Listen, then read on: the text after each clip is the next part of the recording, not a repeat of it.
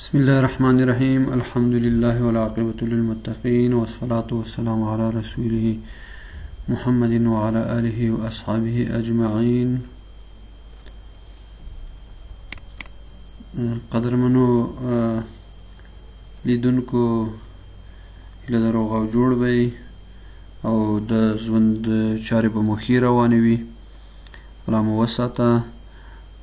محترمو د وعدې مطابق دا د نن زه د علمي میراث د زده کړو په برخه کې تاسو په چوپړ کې او غواړم چې د علمي میراث یا علمي فرایض تاسو درانه حضور ته وړاندې کړم تر څو په دې برخه کې تاسو کومې ستونزې لرئ هغه سر ته ورسیږي او هغه رفع شي. دا رساله چې ما تاسو ته چمتو کړې ده مختصرا رساله ده او په دې برخه کې ما هڅه کړې ده چې له مختلفو چپټرونو نه یا له مختلفو کتابونو نه د علمي میراث تاسو ته مواد راټول کړم او د تاسو درانه حضور ته وړاندې کړم.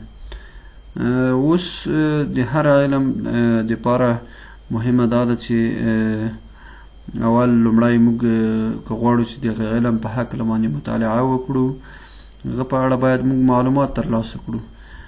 نو په همدې سبب لومړی موږ تم کیږو او د علمي میراث د تعریف او ځینو لومړنیو معلوماتو په هکله باندې موږ تاسې خبرو. د علمي میراث تعریف چې دا علمي میراث عبارت له هغه علم څخه ده چې وارثین راپېژني او د هر یوه حق ځانګړی کوي. یعنې علمي میراث تعریف دلته ما درته ډېر لنډ کړی ده. که یو څوک له موږ نه پوښتنه کوي چې علمي میراث څه ته وایي موږ په لنډه ټکو کې ورته ویلی سو چې وارثین راپېژني او د هر یوه حق ځانګړی کوي. دا د علمي میراث تعریف ده. د میراث علم همدارنګه د میراث د علم اصل کوم چې ده د قرآن عظیم شان د سورې نساء له اووم څخه تر دولسمو مبارکو آیاتونو کې ذکر شوی دی. یعنې اصل د علمي میراث چې ده په ډېره واضح ټکو کې د سورې نساء له اووم نه تر دولسمو آیاتونو پورې په دې کې ذکر شوی. که موږ او تاسې وګورو د لمانځه په هکله باندې ډېر بیانات چې راغلي دي قرآن کریم کې کوم ذکر یې چې شوی ده مجمل شکل باندې دي، خو د علمي میراث په برخه کې بیا هر څه ډېر واضح او ښکاره دي. نو د علمي میراث اصل او بنسټ د قرآن عظیم شان د سورې نساء له اووم نه تر دولسم مبارکو آیتونو پورې په دې کې ذکر شوی ده. اولې علمي میراث ته علم الفرائض وایي. الفرائض څه معنا؟ الفرائض جمع د فریضې ده چې د ټاکل شوي او ځانګړي شوي په معنا ده، د یو مشخص شوي شي په معنا ده. همدارنګه له دې نه وروسته د علمي میراث موضوع ده.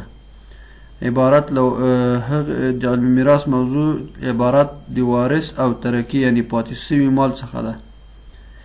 د هغه مال څخه بحث کوي یا هغه موضوع د علمي میراث هغه څه ده چې له وارث نه کوم څه مال یا ترکه یا پاتې شوني چې دي د هغه څخه بحث کوي، د هغه مستحقین مشخصه کوي.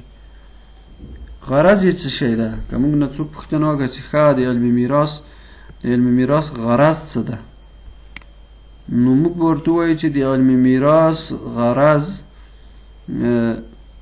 د هر یو د ورثې د حق پیژندنه کوي کوم چې باقي پاتې وي. یعنې په ورثه کې که څومره کسان هم وي هغه د هغو ټولو هغه حقوق راپېژني. دا د علمي میراث غرض او د علمي میراث ځانګړتیا ده. د علمي میراث ارکانو په هکله دومره ویلی شو چې علمي میراث ارکان درې دي. هر هغه عبارت دي له وارث، موروث یعنی متوفا، همغه مړ شوي شخص ته ویل کیږي، او دریم ترکه ده.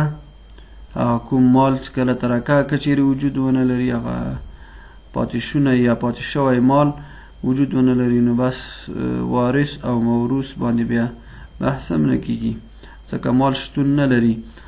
نو او همدارنګه د علمي میراث اسباب عبارت له قرابت نه دي او بل له زوجیت نه، یعنی میرمن او خاوند به وي. اسباب یا سبب هم دغه دوه چیزونه دي.